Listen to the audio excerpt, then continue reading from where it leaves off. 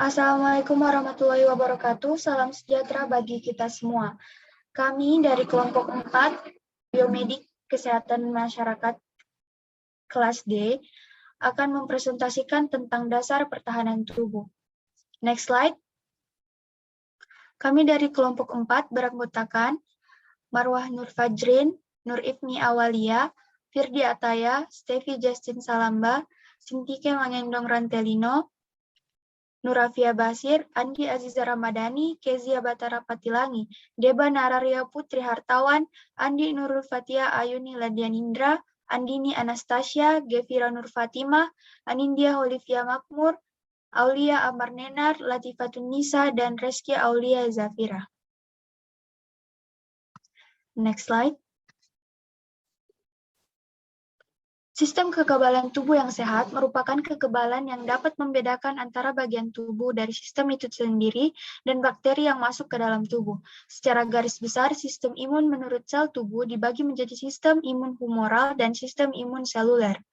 Tubuh kita mempunyai banyak sekali mekanisme pertahanan yang terdiri dari berbagai macam sistem imun, yaitu organ limfoid, beserta sistem limfatiknya. Jantung, hati, ginjal, dan paru-paru juga termasuk dalam mekanisme pertahanan tubuh. Next slide. Apa yang akan dipelajari? Yang pertama, dalam materi ini kita akan mempelajari tentang apa yang dimaksud sistem pertahanan tubuh. Yang kedua, bagaimana mekanisme pertahanan tubuh manusia. Yang ketiga, bagaimana respon kekebalan tubuh berlangsung. Yang keempat, faktor-faktor apa saja yang membangun imunitas tubuh. Yang kelima, apa fungsi sistem imun bagi tubuh. Yang keenam, apa saja penyebab melemahnya sistem imun pada tubuh. Yang ketujuh, bagaimana cara meningkatkan imunitas tubuh manusia. Next slide. Untuk apa kita mempelajari mengenai sistem kekebalan tubuh? Mempelajari mengenai sistem kekebalan tubuh, kita memiliki dua tujuan, yaitu tujuan umum dan tujuan khusus. Tujuan umum kita mempelajarinya yaitu yang pertama untuk mengetahui konsep pertahanan tubuh pada manusia, dan yang kedua untuk mengetahui cara kerja sistem pertahanan tubuh manusia.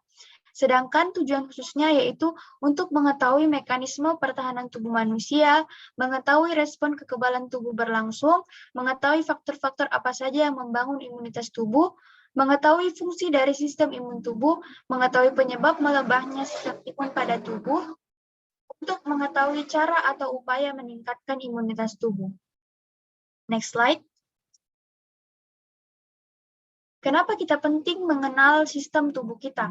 Yaitu yang pertama agar kita mengetahui bagaimana sistem pertahanan tubuh itu bekerja, agar kita mengetahui bagaimana fungsi, faktor, dan cara meningkatkan imunitas tubuh.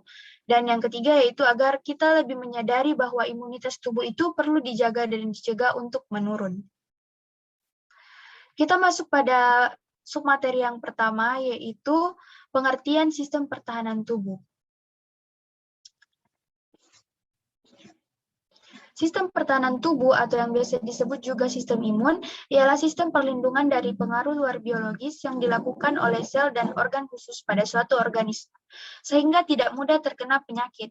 Setiap saat tubuh manusia diserang oleh berbagai patogen seperti virus, bakteri, jamur, dan protozoa parasit, keberadaan sistem imunlah yang membuat tubuh mampu bertahan dari serangan patogen itu.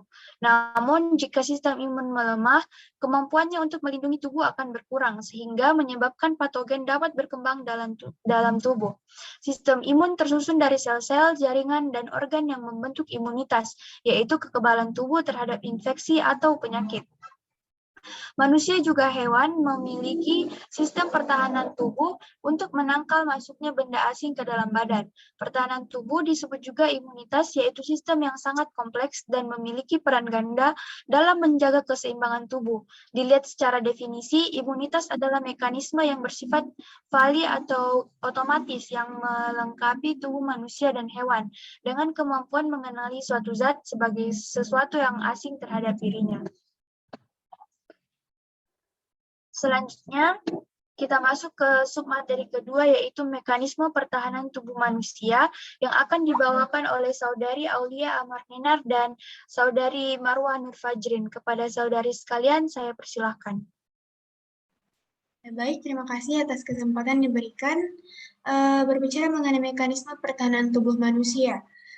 Sistem imun memiliki tugas untuk mengatur keseimbangan menggunakan komponen yang beredar di seluruh tubuh, sehingga bisa mencapai sasaran yang jauh dari pusat.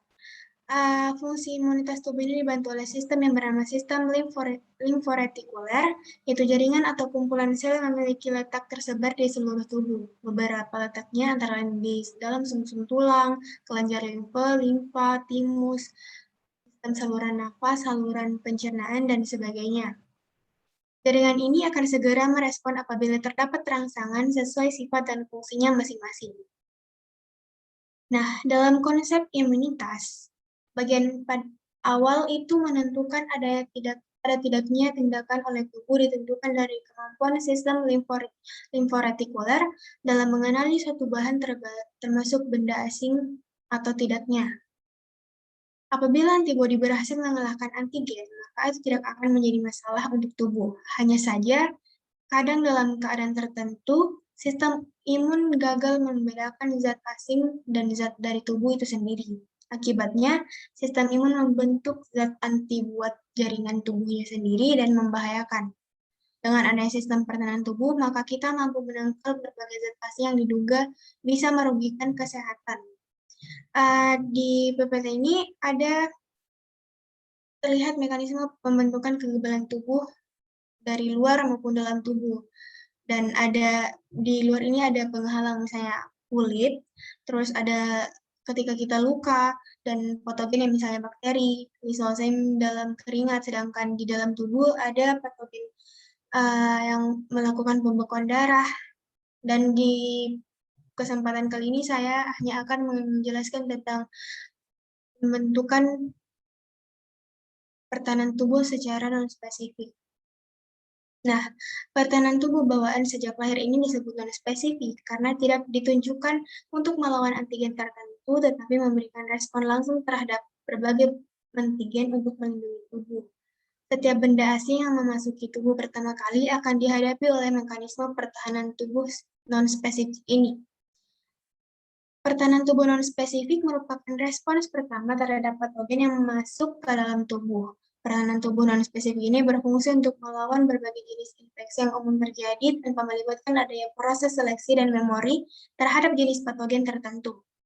Adapun mekanisme pertahanan tubuh ini dibagi menjadi dua, yaitu ada pertahanan garis pertama. Di pertahanan garis pertama ini dibedakan menjadi pertahanan secara fisik dan kimiawi, yang dimana pertahanan fisik merupakan barrier pertama yang mencegah patogen masuk ke dalam tubuh.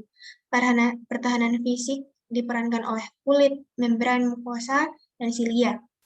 Sedangkan pada pertahanan kimiawi merupakan senyawa kimia yang hasil sekresi yang berfungsi untuk membunuh patogen yang masuk. Beberapa contoh dari pertahanan kimiawi adalah keringat yang disekresikan oleh keringat pada kulit yang berfungsi untuk membunuh mikroorganisme. Asam klorida adalah sel yang disekresikan oleh lambung berfungsi untuk membunuh patogen yang masuk bersama dengan makanan. Mukus atau lendir di saluran pernafasan berperan untuk membunuh patogen yang masuk bersama dengan udara. Kelenjar saliva dan air mata mengandung enzim lisosem yang bersifat sebagai antibakteri. Adapun berikut pertahanan pertama oleh bagian tubuh terluar, itu eksternal. Yang pertama kulit. Kulit ditutupi oleh sel-sel epitel yang sangat rapat. Kulit yang normal tidak dapat ditembus oleh bakteri dan virus. Mikroorganisme hanya dapat masuk melalui kulit jika sudah terluka. Seperti yang katakan tadi, ada luka yang digambar sebelumnya. Kulit memiliki kondisi kulit asam, sedikit asam dengan pH 5 dan suhu kurang dari 30 derajat Celcius. Kondisi ini menyulitkan bakteri dan virus untuk dapat tetap hidup di permukaan kulit. Selain itu, lapisan sel mati membuat permukaan kulit selalu berganti sehingga bakteri yang ada di permukaan kulit tersebut juga selalu terbuang dengan sel yang mati itu. Kedua, membran mukosa. Membran mukosa melapisi sel saluran pencernaan, saluran kelamin, dan saluran ekstresi. Sama seperti kulit, membran mukosa ini tidak dapat ditembus oleh bakteri dan virus karena antara satu membran dengan membran lainnya sangat rapat. Selain itu, membran mukosa juga melawan bakteri dengan pertahanan kimiawinya.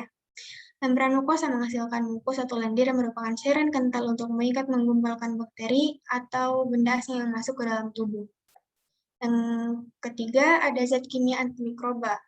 Di sini kan kulit mampu mensekresikan protein antimikroba seperti lizozim yang terkandung pada keringat, air ludah, air mata, dan air susu ibu. Zat kimia tersebut dapat menghancurkan lapisan peptidoglikan dinding sel bakteri. Interferon yang merupakan protein antivirus yang dapat disintesis oleh sebagian besar sel tubuh sebagai respon terhadap kehadiran virus. Interferon ini berfungsi untuk menghentikan reproduksi dari virus. Selain interferon, juga terdapat sistem komplement yang tadinya tidak aktif, namun akan diaktifkan oleh kehadiran antigen tertentu dan akan menghancurkan antigen tersebut. Protein dan glikoprotein yang merupakan penyusun dari sistem komplement ini disintesis di hipotasis hati. Yang kedua, pertahanan garis kedua. Dari pertahanan non-spesifik yang terjadi di dalam tubuh berupa fagositosis oleh sel fagosit, reaksi inflamasi, dan interferon. Patogen yang berhasil melewati pertahanan garis pertama akan diatasi oleh pertahanan garis kedua. Pertahanan garis kedua ini meliputi fagositosis, inflamasi, demam, interferon, dan sistem komplement. Pertama, fagositosis adalah proses di mana sel fagosit menelan atau memakan sel lain atau patogen atau benda asing yang masuk ke dalam tubuh. Fagositosis dilakukan oleh sel darah putih. Jenis-jenis sel darah putih yang dapat melakukan fagositosis adalah neutrofil, monosit, eosinofil, dan sel pembuluh alami. Jika sel telah rusak oleh antigen, maka sel tersebut akan mengirimkan sinyal kimiawi yang menarik sel fagositosis untuk datang. Maksud saya sel fagosit untuk datang. Sel fagosit akan memasuki jaringan terinfeksi, lalu menelan dan mencerna semua mikroba yang ada. Yang kedua, inflamasi atau peradangan, yang merupakan respon tubuh terhadap suatu infeksi yang ditandai dengan adanya pembengkakan, nyeri, panas, dan kemerahan. Kemudian demam, yang merupakan suatu kondisi di mana naiknya suhu tubuh di atas ambang normal. Demam berfungsi untuk menghambat penyebaran dan pertumbuhan patogen yang masuk. Kemudian ada interferon, yang merupakan suatu protein yang dihasilkan oleh leukosit akibat adanya infeksi virus. Kemudian yang terakhir, sistem komplement.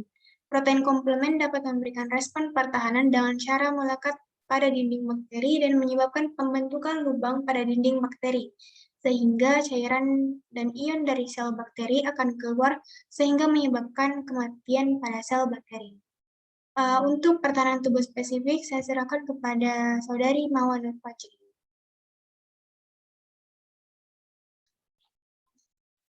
Baik, terima kasih.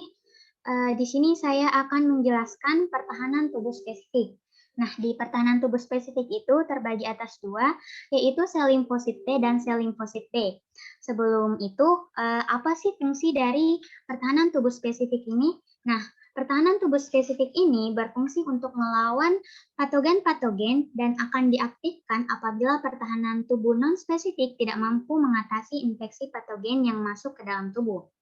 Pertahanan tubuh spesifik juga mampu mengenal antigen-antigen yang pernah masuk ke dalam tubuh dan menyerang tubuh kita. Selanjutnya, saya akan membahas mengenai sel limfosit T. Next. Nah, di sel limfosit T ini dibentuk di sumsum tulang belakang, namun pematangannya terjadi di kelenjar timus yang merupakan bagian dari sistem limfatik. Pada sel limfosit T ini terdapat 4 jenis sel. Yang pertama yaitu sel sitotoksik. Sel sitotoksik ini berfungsi untuk menghancurkan bakteri, virus, dan patogen lainnya. Yang kedua, sel T penolong. Sel penolong ini berfungsi mengaktifkan sel T sitotoksis dan memicu produksi antibodi oleh sel limfosit B. Yang ketiga, sel T supresor. Sel ini berfungsi untuk menekan produksi antibodi yang dihasilkan oleh sel-sel B plasma. Dan yang terakhir ada sel T memori. Sel T memori ini berfungsi untuk mengingat kembali antigen-antigen yang pernah masuk dan menyerang tubuh kita. Yang kedua yaitu sel limfosit B. Pada sel limfosit B ini dibentuk dan dimatangkan tepatnya di sumsum tulang belakang tubuh kita. Dan ketika sel ini sudah matang, akan disiapkan untuk digunakan dan disebar ke seluruh tubuh. Sel B ini akan membentuk sistem kekebalan humoral dengan menghasilkan antibodi ke dalam darah dan limfa tubuh manusia. Adapun jenis kekebalan sel limfosit B terbagi atas dua, yaitu kekebalan aktif maksud saya, dan kekebalan pasif. Pada kekebalan aktif ini terdapat kekebalan alami dan buatan. Nah, kekebalan aktif ini akan diperoleh ketika pemberian vaksin yang memicu pada pemberian vaksin ini akan memicu tumbuhnya kekebalan tubuh terhadap jenis antigen yang diberikan oleh vaksin tersebut. Yang kedua yaitu kekebalan pasif, terbagi atas alami dan buatan. Nah, kekebalan pasif alami ini akan diperoleh ketika pemberian ASI oleh ibu kepada bayinya. Nah, pada saat pemberian ASI ini terbentuklah kekebalan sementara pada tubuh si bayi. Yang kedua yaitu kekebalan pasif buatan. Pada kekebalan pasif buatan ini akan diperoleh oleh manusia pada saat injeksi antibodi manusia ataupun hewan yang tahan terhadap antigen tertentu yang akan menyerang manusia. Baik, sekian penjelasan dari saya kembalikan kepada moderator.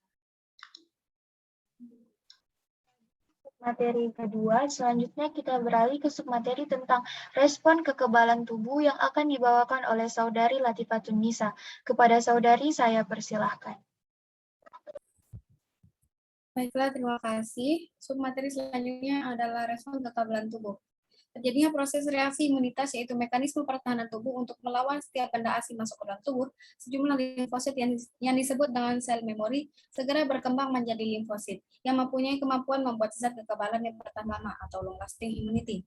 Apabila sel atau jaringan seperti bakteri atau organ tubuh ditransplantasikan ke dalam tubuh seseorang, maka tubuh orang tersebut akan menolaknya, karena benda asing tersebut dianggap bukan sebagai bagian dari jaringan tubuh mereka. Apabila benda asing yang sama masuk lagi ke dalam tubuh orang tersebut untuk kedua kali dan seterusnya, maka sel memori ini dengan lebih cepat dan sangat efektif akan merangsang sistem imunitas untuk mengusir dan melawan benda asing yang sudah dikenal tersebut.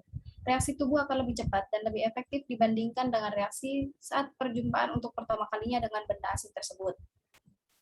Mikroorganisme dan zat-zat asing yang menyerang tubuh disebut sebagai antigen alias bibit penyakit.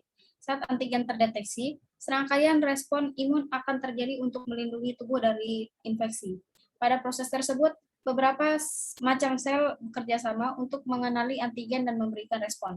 Sel-sel ini kemudian merangsang limfosit B untuk menghasilkan antibodi.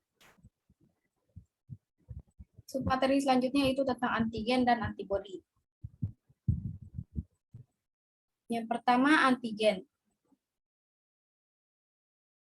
Antigen merupakan zat yang merangsang respon imunitas, terutama dalam menghasilkan antibodi. Antibodi yang dihasilkan berupa zat molekul besar seperti protein dan polisakarida, contohnya permukaan bakteri. Antigen dapat berupa bakteri, virus, protein, karbohidrat, sel-sel kanker, atau racun. Adapun bagian-bagian antigen yaitu epitop dan hapten. Determinan antigen atau epitop merupakan bagian antigen yang dapat membangkitkan respon imunitas atau dengan kata lain dapat menginduksi pembentukan antibodi. Satu antigen tersusun dari 2 atau lebih molekul epitop. Selanjutnya adalah hapten, yaitu molekul kecil yang hanya bisa menginduksi produksi antibodi jika bergabung dengan karir yang bermolekul besar. Oleh karena itu, hapten memiliki sifat imunogenik. Hapten dapat berupa obat, antibiotik, dan kosmetik. Next slide. Selanjutnya adalah antibodi atau imunoglobulin.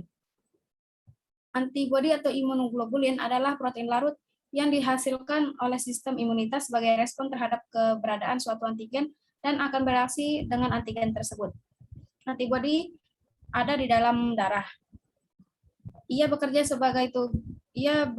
menjaga tubuh sebagai pertahanan sistem imunitas. Antibodi adalah protein plasma yang dihasilkan oleh sel B.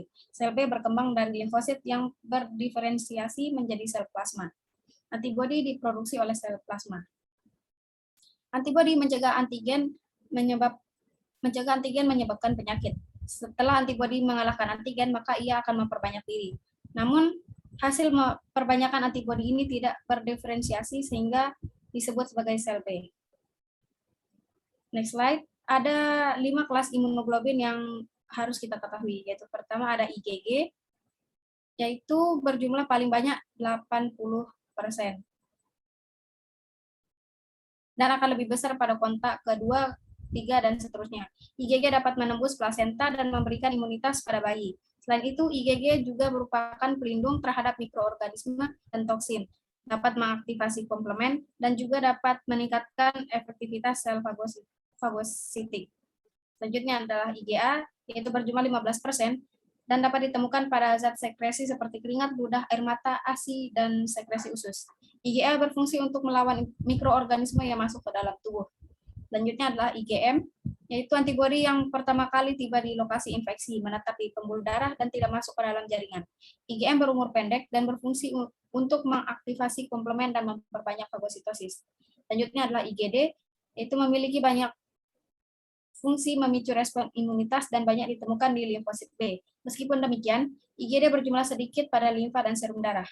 Yang terakhir ada IgE, yaitu antibodi yang terikat pada reseptor sel mast dan basofil. IgE menyebabkan pelepasan histamin dan mediator kimia lainnya. Selain itu, IgE banyak ditemukan dalam darah dengan konsentrasi rendah dan kadarnya meningkat ketika bereaksi terhadap alergi.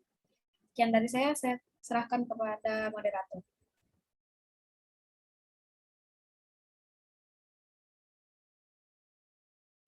Baik, demikianlah tadi. Bila dilihat dari PPT, ini adalah gambar bagaimana mekanisme pengikatan antibodi ke antigen. Selanjutnya kita masuk ke submateri keempat, yaitu faktor-faktor yang membangun imunitas tubuh manusia yang akan dibawakan oleh Andi Nurul Fatia Ayuni Ladianindra. Kepada saudari, saya persilahkan. Baik, terima kasih moderator. Langsung saja. Berikut adalah beberapa faktor yang mempengaruhi sistem kekebalan tubuh manusia. Yang pertama, faktor metabolik. Terdapat beberapa hormon yang mempengaruhi mekanisme imunitas tubuh. Hormon steroid seperti androgen, estrogen, dan progesteron diduga sebagai faktor pengubah terhadap imun. Imunitas tubuh juga sangat dipengaruhi oleh tingkat stres pada seseorang. Oleh sebab itu, untuk membangun imunitas tubuh kita harus dapat mengatur tingkat stres dengan self-healing dan tidak terlalu menekan diri kita. Yang kedua, faktor lingkungan. Penyebab imun tubuh mudah terinfeksi yaitu karena tidak baiknya keadaan lingkungan sekitar. Oleh sebab itu, pentingnya menjaga lingkungan sekitar kita agar tetap bersih guna meningkatkan imunitas tubuh. Banyak penyakit yang ditimbulkan dari lingkungan yang tidak bersih. Orang kembar yang memiliki komponen tubuh yang seharusnya bekerja identik pun akan memiliki kemampuan pertahanan tubuh yang berbeda bila lokasi tinggalnya berbeda. Yang ketiga, faktor gizi. Terdapat 6 komponen dasar bahan makanan yang dibutuhkan oleh tubuh agar imun tubuh terjaga, yaitu protein, karbohidrat, lemak, vitamin, mineral, dan air. Karena dengan kekurangannya gizi dalam tubuh sangat mempengaruhi terhadap status imun seseorang dengan status gizi cukup dan seimbang, tidak kurang ataupun lebih. Sistem imun sangat dipengaruhi oleh makanan. Makanan sehari-hari merupakan komponen yang paling utama yang membentuk diri kita. Hal ini tidak terkecuali untuk sistem imun tubuh. Oleh sebab itu, dengan memperhatikan gizi makanan yang kita konsumsi, akan dapat menjadi salah satu faktor penunjang dalam peningkatan kekebalan tubuh. Yang keempat, faktor fisiologi. Kulit merupakan garis pertahanan pertama yang menghadapi invasi mikroba, dan juga ada selaput lendir yang melapisi bagian permukaan pada tubuh. Hal tersebut merupakan struktur yang bertindak sebagai imunitas alamiah. Dengan demikian, jika terjadi kerusakan terhadap kulit ataupun selaput lendir, penyakit dengan sangat mudah masuk ke dalam tubuh seseorang. Oleh sebab itu, cara merawat bagian luar dari diri kita juga harus diperhatikan. Yang kelima, faktor anatomi. Getah lambung pada umumnya merupakan penyebab suatu lingkungan kurang menguntungkan untuk bakteri patogen, seperti air kemih yang normal yang akan membilas saluran kemih sehingga dapat menimbulkan kurangnya kemungkinan seseorang terinfeksi bakteri. Adapun zat yang dapat membangun imun yaitu zat protektif pada darah, ada properdin dan interferon yang selalu siap menanggulangi masuknya zat-zat asing. Yang keenam, faktor mikroba. Dengan berkembangnya koloni mikroba yang tidak patogen pada permukaan tubuh, baik itu di luar maupun di dalam tubuh, hal tersebut akan mempengaruhi sistem imun, seperti dibutuhkannya untuk membantu produksi natural antibodi, sehingga flora normal yang tumbuh pada tubuh dapat membantu menghambat pertumbuhan kuman patogen, sehingga dapat membangun imun tubuh. Yang terakhir, kebiasaan sehari-hari. Kebiasaan yang kita lakukan juga sangat berpengaruh dalam membangun imunitas tubuh. Contoh kebiasaan yang dapat kita lakukan untuk membangun imunitas tubuh antara lain menghindari kebiasaan merokok, konsumsi alkohol, menjaga pola tidur yang baik, berolahraga, dan masih banyak lagi. Rajin berjemur juga merupakan salah satu cara yang dapat kita lakukan dalam meningkatkan imunitas tubuh.